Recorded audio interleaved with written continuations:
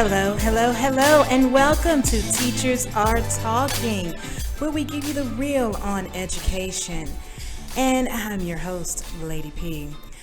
I want to do a special segment this week. I had a lot going on the past few months, and it finally led me to a decision that has brought me to doing a solo show today.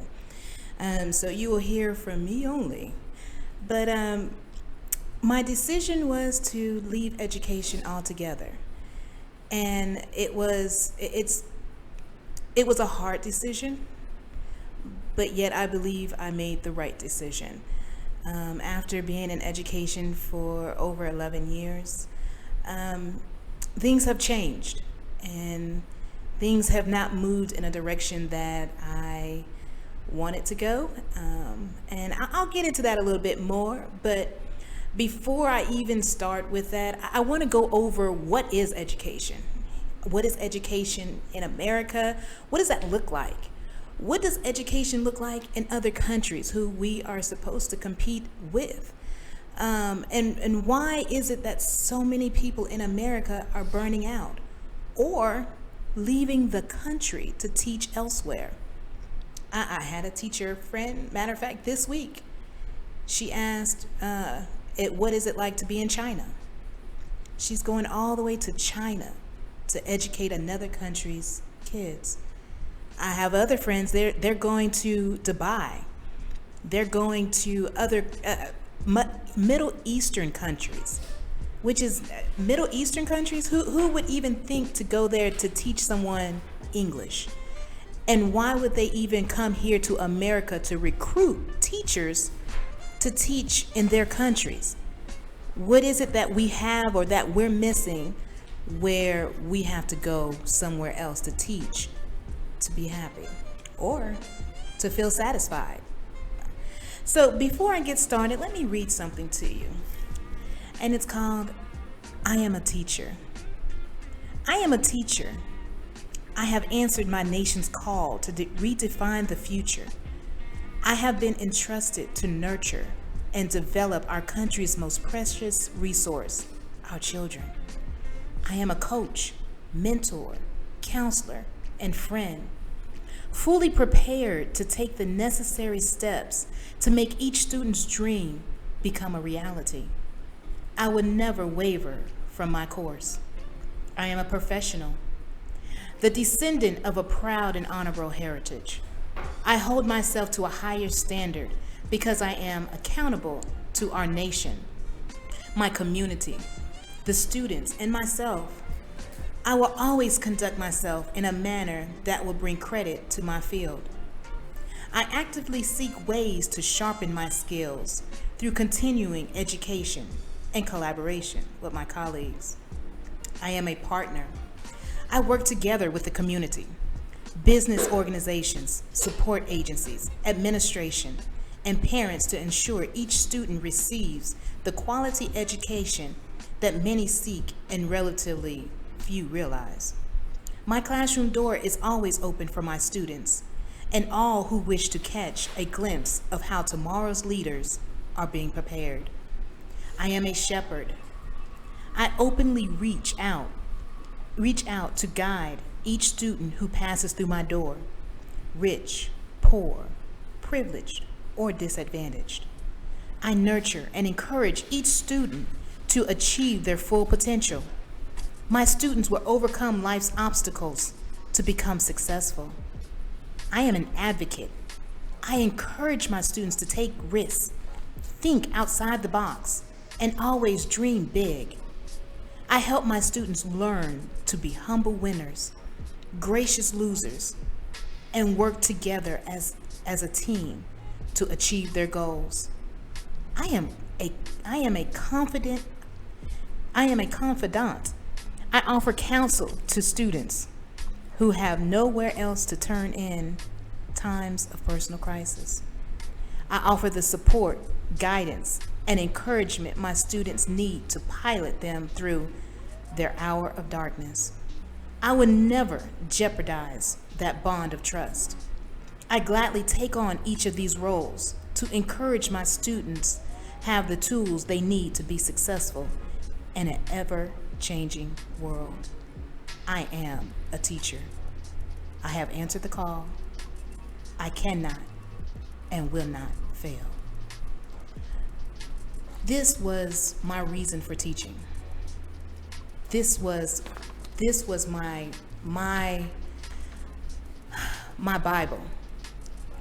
I taught because of all of this. This was my classroom. This was my life. This was everything that I wanted out of my students. I wanted out of myself. I wanted as a whole. I said I was preparing the future. And I think we all begin with this in mind. And we all start as a teacher. But let me I want to go into education as a whole. And let's start there. And let's look at what is going on in our educational system. And I was looking and researching other countries, since we have so many teachers that are leaving and going elsewhere to teach the same thing that they should be able to teach here. And I was looking at the number one country in education, Finland. What makes them such a great country to teach in and producing students that are phenomenal? And as I was looking through it, I was like, this is no different than what I received in my educational experience. I did not go to school here in America. I went for a few years. My last senior year, I was here the last semester of my senior year. And I had to get all of Texas history out of the way in one semester. But the one thing that I realized that the country has that's a little different is their primary years, all the way up to 7, they let the kids play and learn how to play together, which is a little, we have, our kids play here as well, but they're not playing to learn. They're playing to have fun. And then we send them we want them to go to primary school and finally learn, oh, this is how you work together. But is that really effective for us? For them, what they do is up to the age of 6, your kid is learning how to play with other students or play as a whole to educate. Now, the one thing they do that we don't do here is they charge. There is a fee to send your child to the school to learn how to play. But most of it is subsidized. And it goes by how many kids you have in your home and how many, how much you actually earn. The next thing they do, they offer, once they do go to school at age 7, they offer free meals to all of their students. They pay for meals. I know here in America, especially when you get to in certain areas, there's a fee, and that lunch is expensive.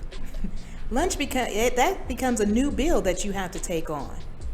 The only places I know that do not charge for food are in low disadvantaged areas.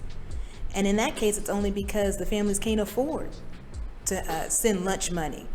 I've seen kids spend $10, up to $10 on a lunch at school. That's expensive. And if you have multiple kids, that can add up. Now, I'm not saying that is the reason why, certain things are happening in school, but I'm just saying the money that we have, are we able to take care of our kids here in America? Are we able to provide them with free lunch? Now, the next thing that they will do is after they have them in school, their education is there so that they're not moving into dead-end careers. They make sure that everything that those students are doing is potential. It's on purpose. They make sure that wherever they're going, it's leading to a career. It's leading to what they are good at, not just something the kids say, I like dancing today, or tomorrow I want to play the drums, or the next day I want to do this or do that. Everything they do is intentional. It's set their course of life where it's not a dead end. And so they do that all the way up until they're out of school. And it takes me back to when I actually moved here. I came here for a short period of time, and in about 10th grade. When I got here, all of my credits from middle school were counted as high school credit, because the schools in Europe are already set ahead as vocational type schools or high school, and that's middle school. So Finland is doing something very similar to that. Now, here in America, most of our kids do not experience any of that. And I taught middle school. Most of my middle schoolers still are trying to figure out, what do I want to do in life? Where do I want to be in life? Who am I? And they have no idea what they're good at. And I always try to give them aptitude tests or tests to show them, this is what you're good at. This is what you can start working in. And they have no idea that they can start now. They think they have to wait till after high school. And they don't realize we need to start now. Is that part of the problem of our system? I don't know. Or is it something that we can fix? So the next thing they have is what in Finland, they have what's called a upper secondary education, which is still considered our high school. Here it's considered high school, there it's considered almost college. And they're moving into their career. Whatever they have been destined to do, they're moving into it. Now they're taking courses. Now they're training. Now they're preparing to move into their career of choice.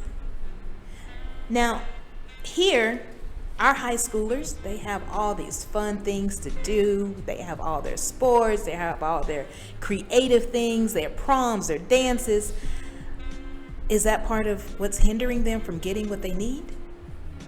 Or is that something that we have to give the kids so they can have fun and play? I don't know. We will see.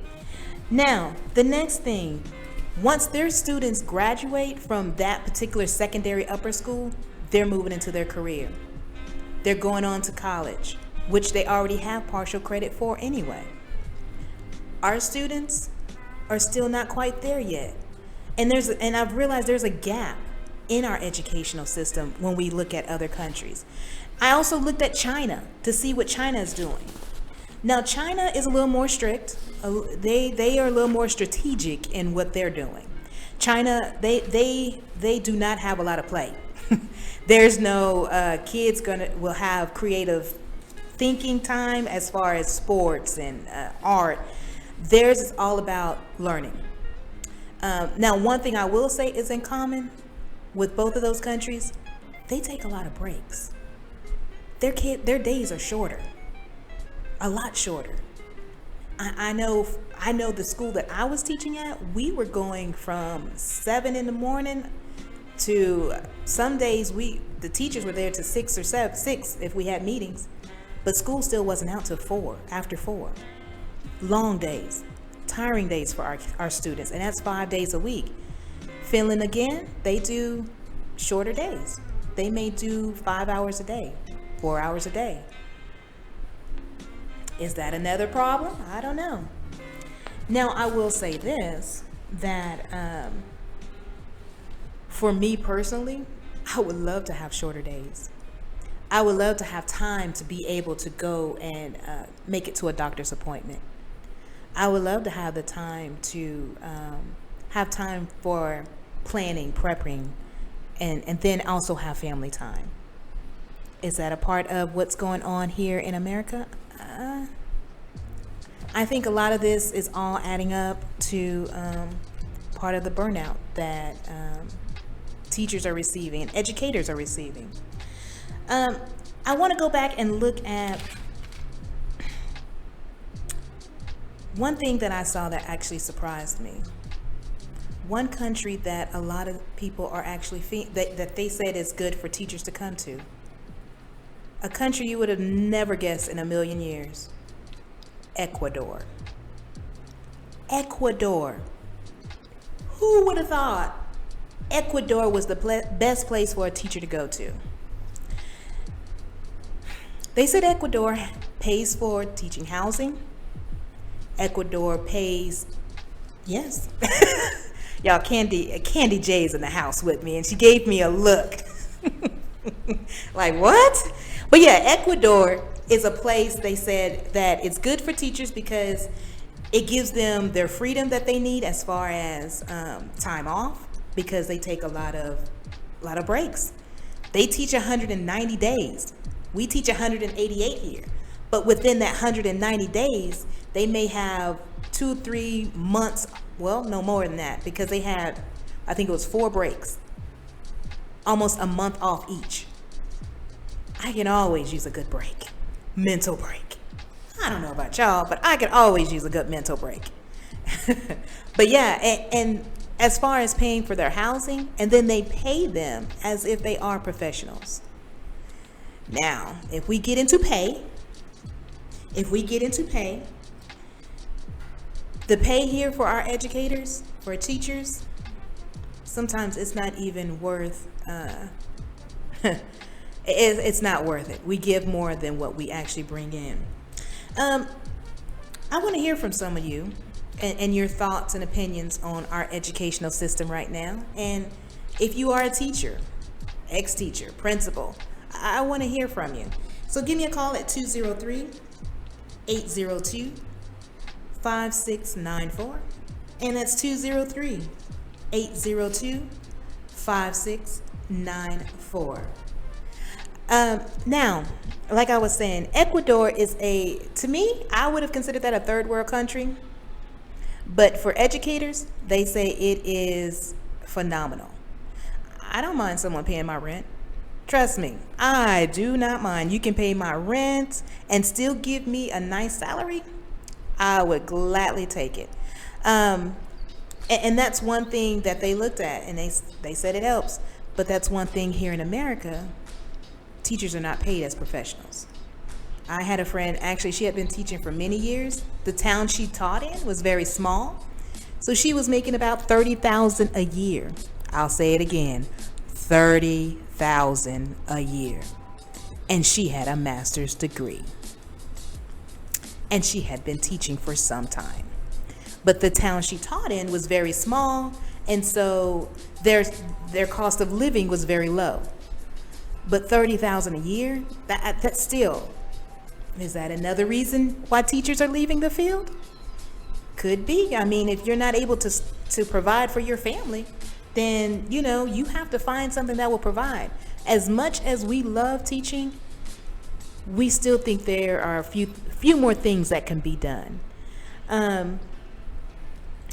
When I looked at Finland, and I looked at China, and then I looked at our educational system, I looked at how we have a lot of people putting in opinions about what we should teach, what we should do, but have very little discussion about the people who have to implement this.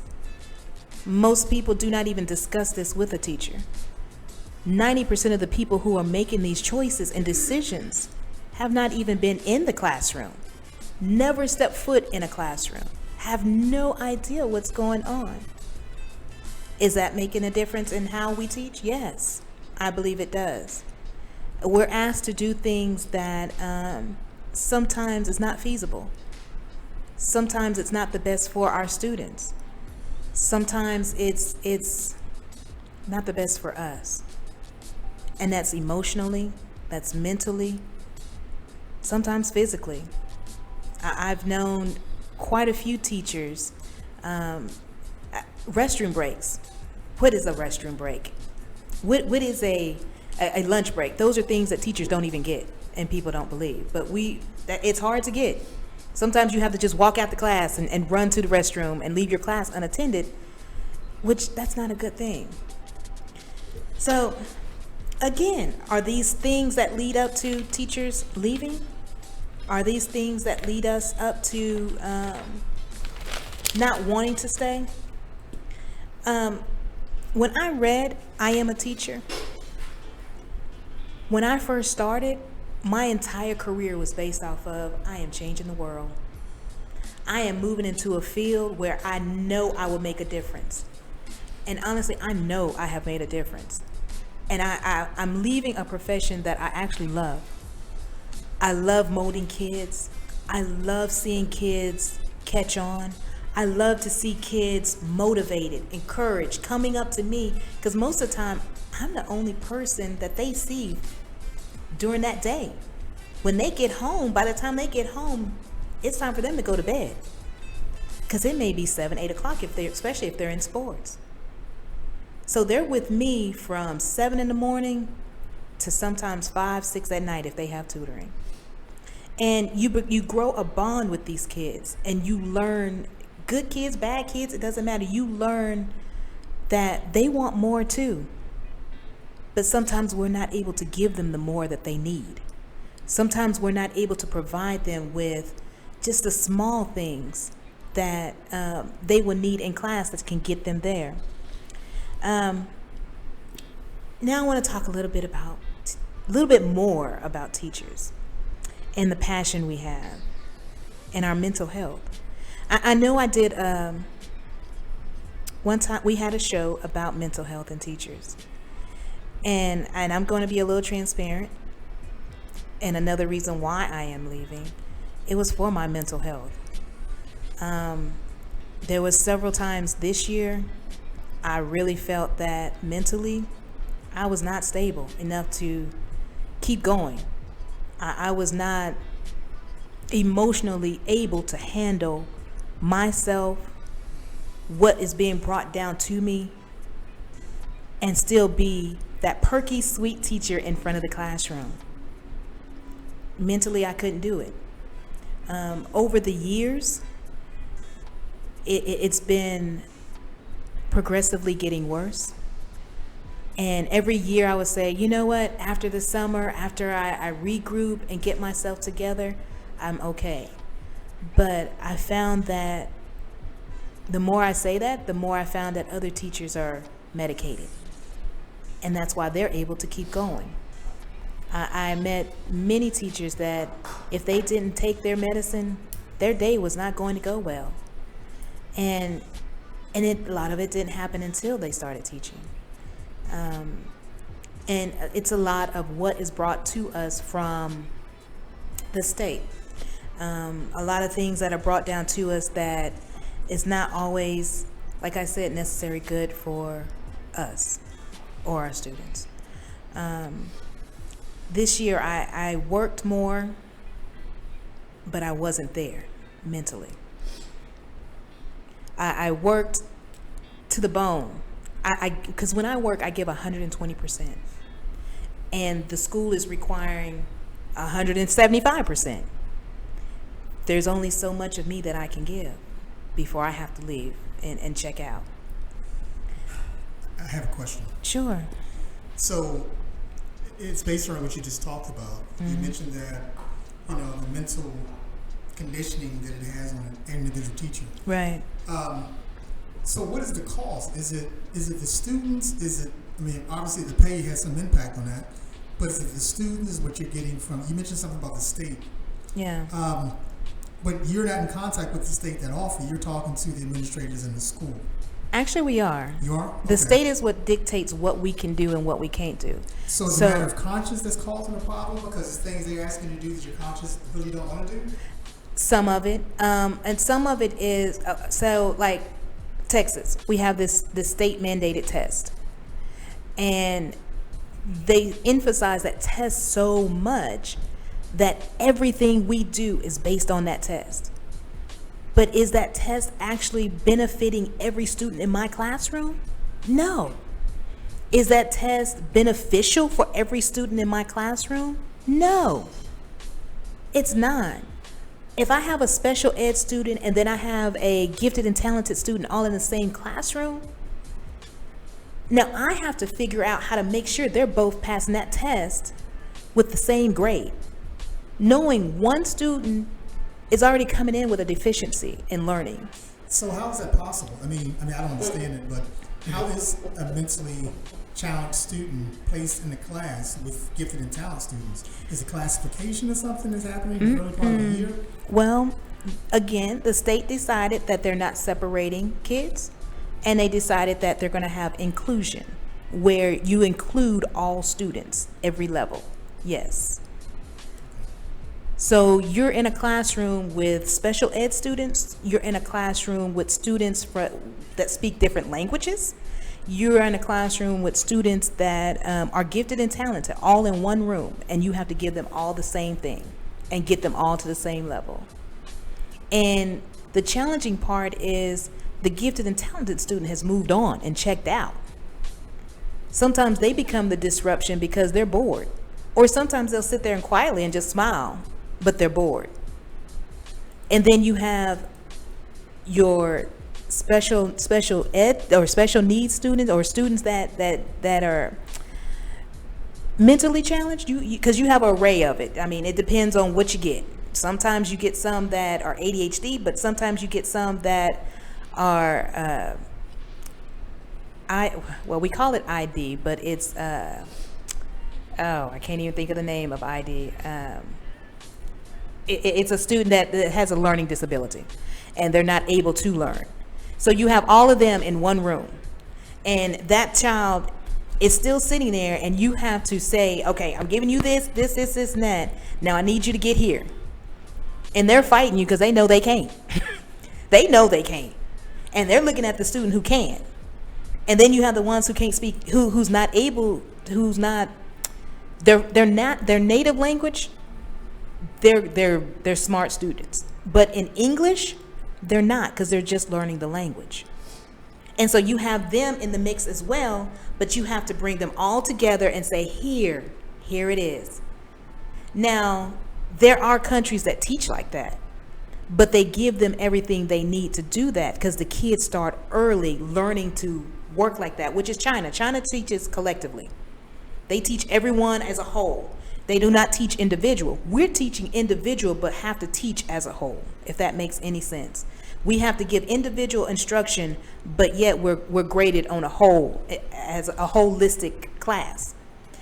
And that right there, that is the hard part, because sometimes we do not receive what's needed to get each kid or each student to where they need to be. For me, that wasn't my mental point. My mental point was my administration or other adults that would come in and say what I need to do, but never been in my classroom. Or telling me I'm not doing something right, but haven't taught in 15 years. Or telling me that this doesn't look, the look of the classroom doesn't look like they're learning. But you're not in there, you're only in there 10 minutes. How can you tell me what my classroom is looking like and you've only been in here 10 minutes? And then sometimes that 10 minutes is a transitional time where you're transitioning from one set of teaching to something else.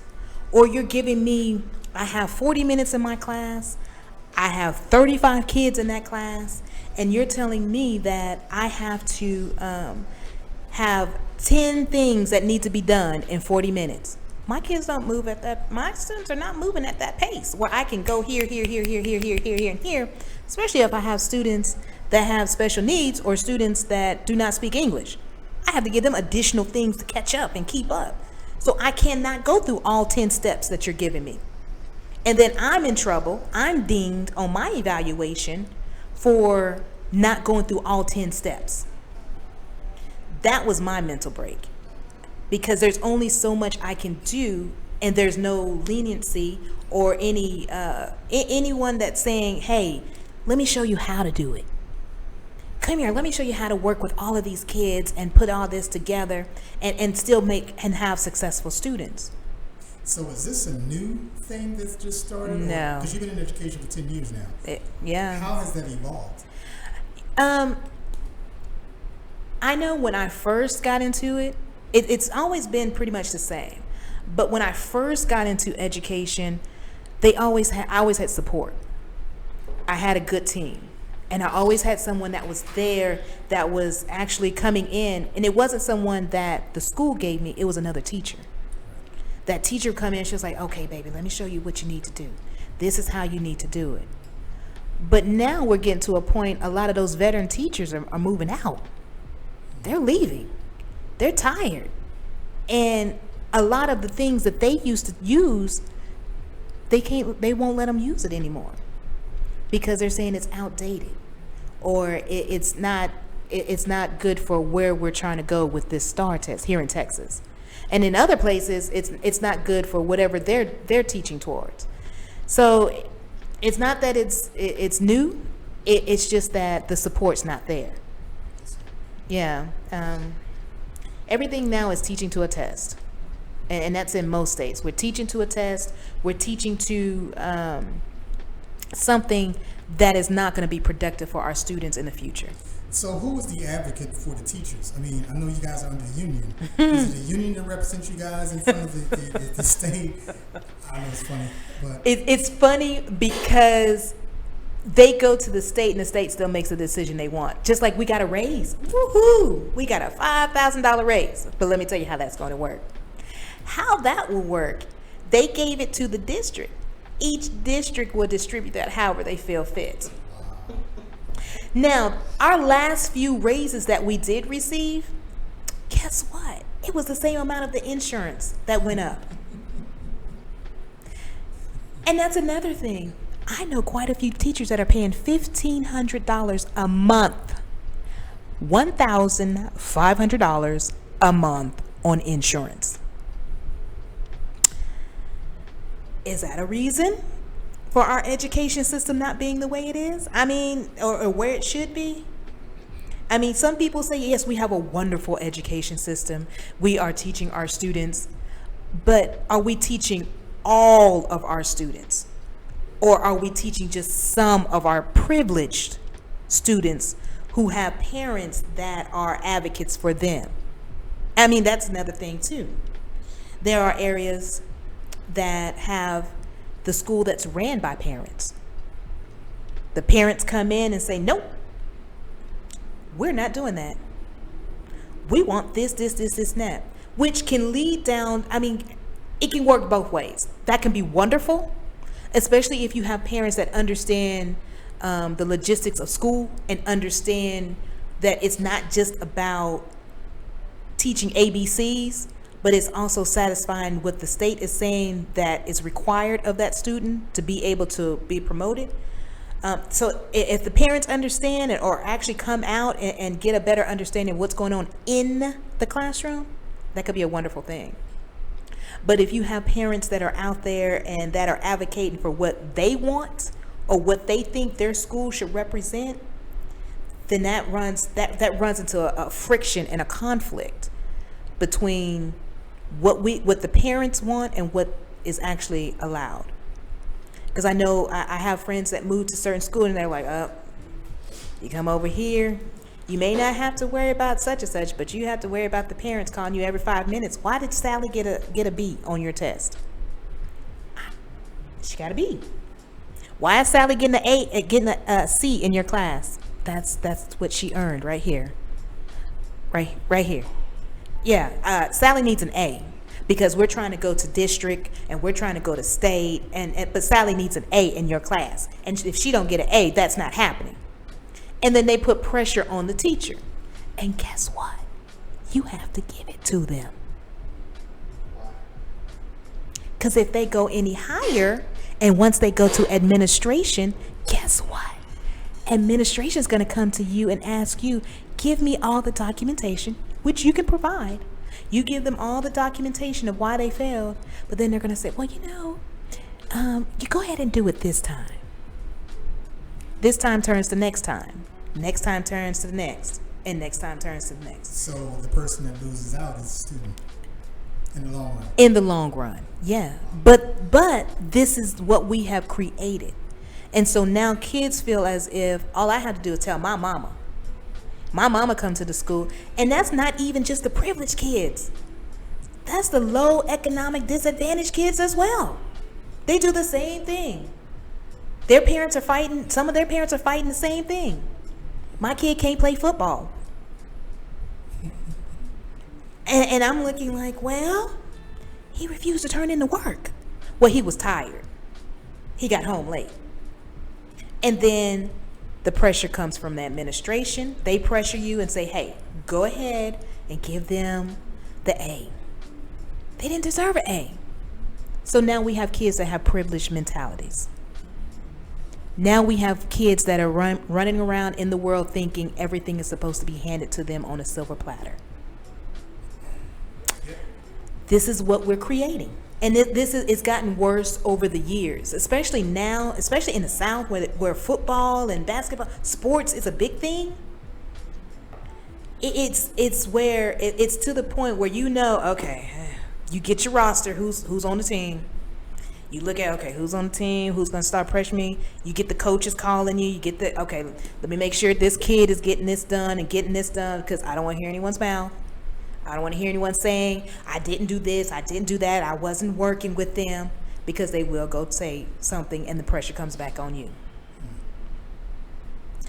Yeah, it's getting to that point. I don't know. I like I said, I love education. I just don't love what it's become. I love teaching. I love my students. I love seeing them when they walk in my door and they have no idea what's going on, and me seeing where I'm going to take them and me seeing where I can get them to.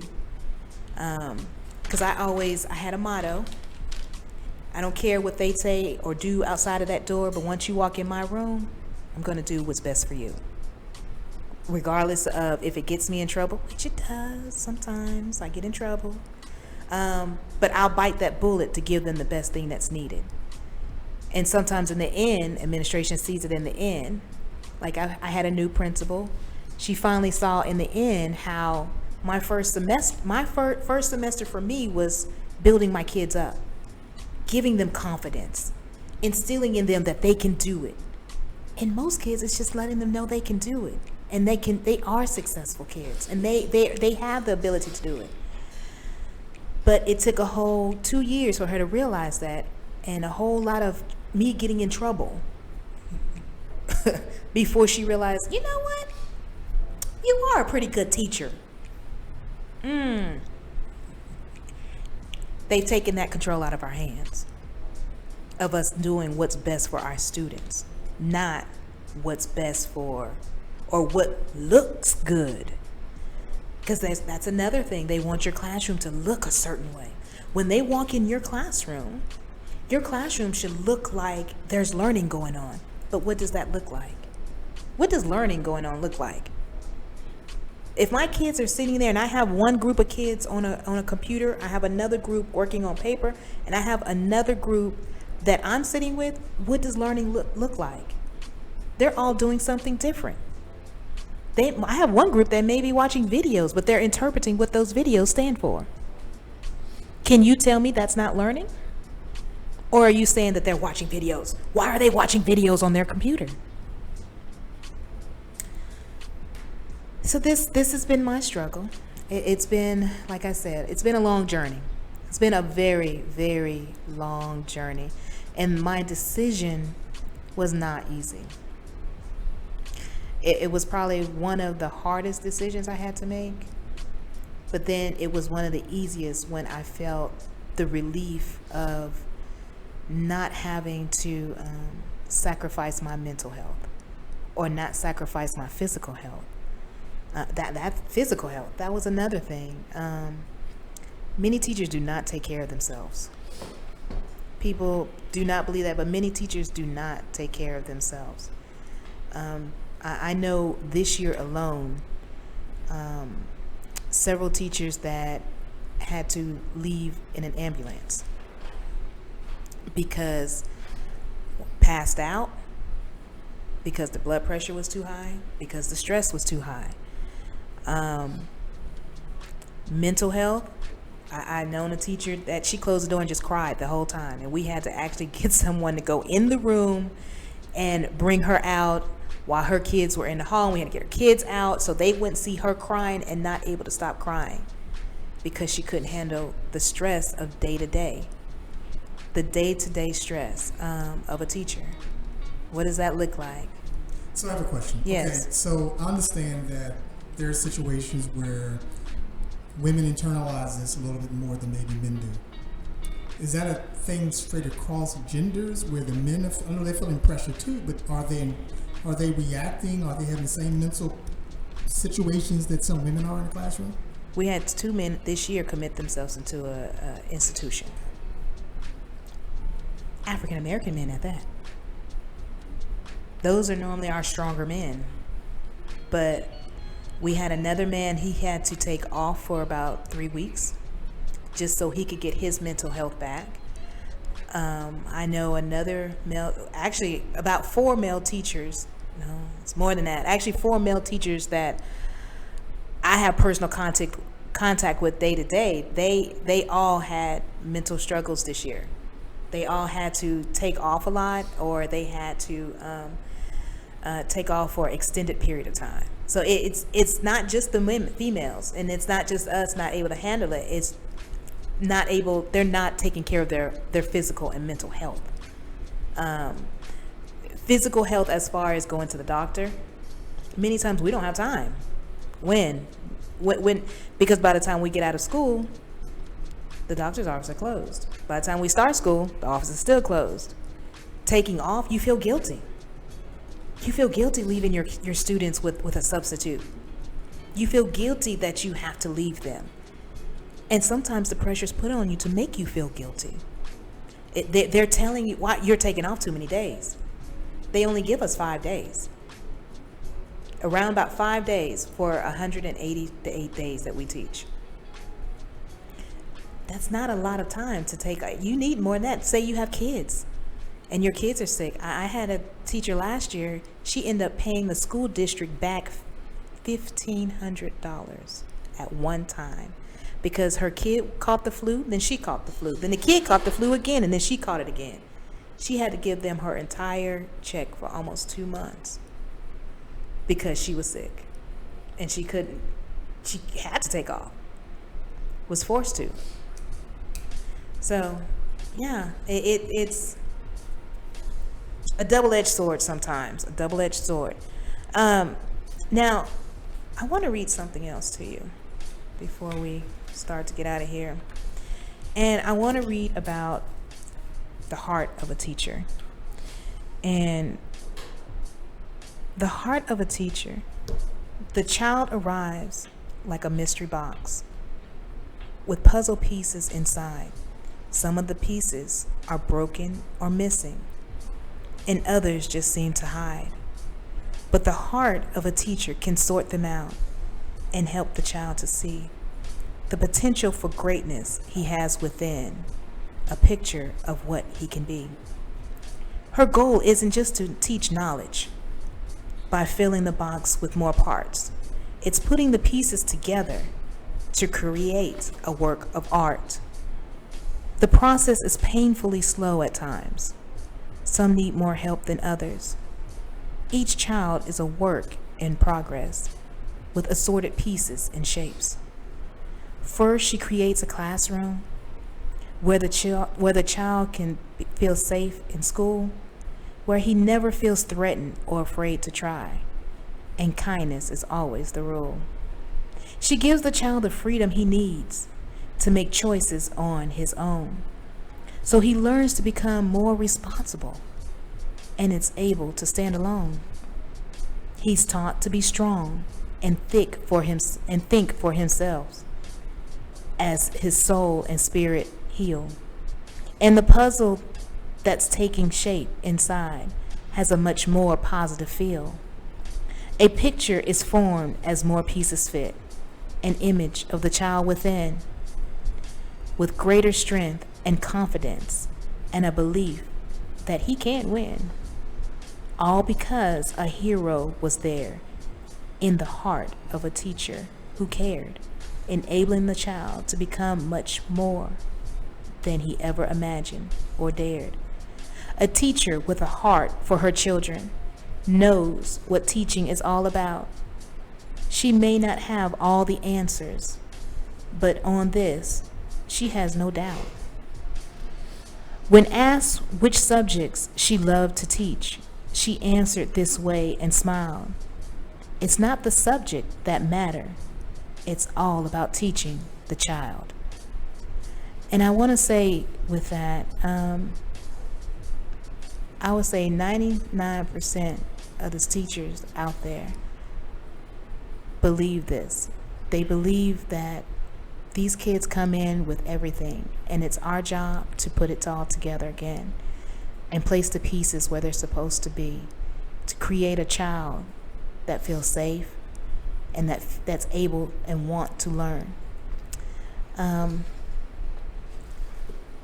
Next, on my next show, we're going to move in a different direction. We're going to start by interviewing people. Since I'm no longer in education myself, but I want to interview people and find out what is it that we can do to make education better for us, make education better for our children, and how can we work together to create a difference in our system. So my next show is going to be June 2nd. So tune in June 2nd. Yes. No, June 9th. Sorry, June 9th. It's 9th every other week. June 9th. Thank you, lady. Thank you, Candy J. June 9th.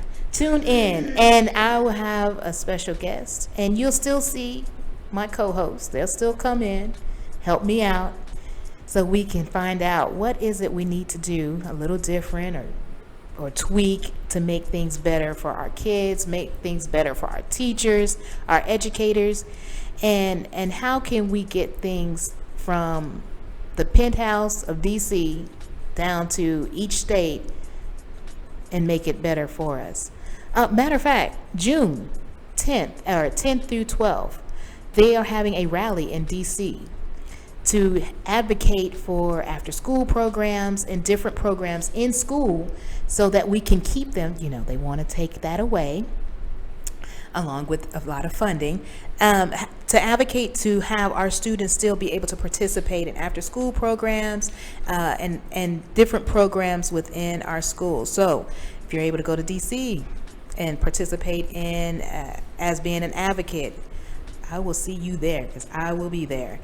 June 9th and 8 o'clock, we have Candy J coming up with Candyology, and she's talking about dating in 2019.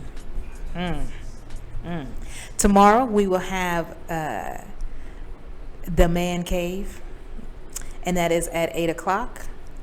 Wednesday we will have 8:30, sorry, The Man Cave, 8:30. Wednesday we'll have 80/20 Sports and More. Y'all, awesome show, you need to check it out. 80/20 Sports and More. And then, no, I'm right, that's at 8 o'clock. 8 o'clock. No, I'm right. You need to check out LA and Nate. Awesome show. And then Thursday, we have Trouble on the Air, 7 p.m. and Dollar Propaganda, all about your finances, 8:30. This has been Teachers Are Talking. It's been a pleasure, and I appreciate you letting me get I won't say everything, but getting a lot of things off of my heart this Sunday. And we'll see you on June 9th. Teachers Are Talking. Have a